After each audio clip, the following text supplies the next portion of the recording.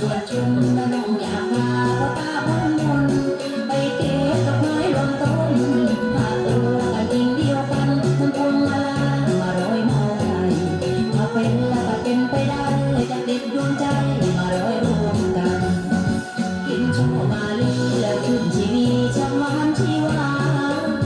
กินโชมาลาอยากให้พิยาพาตามชีวันพอคนรักกันชอบกัน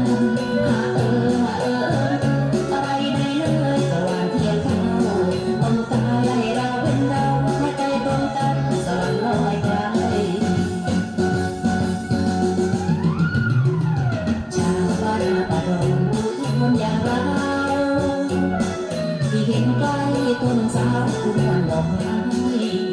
แววแววว่าจริงจังจริงใจ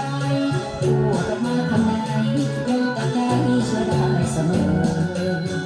คอยละเดินคือเหตุผลที่สนใจ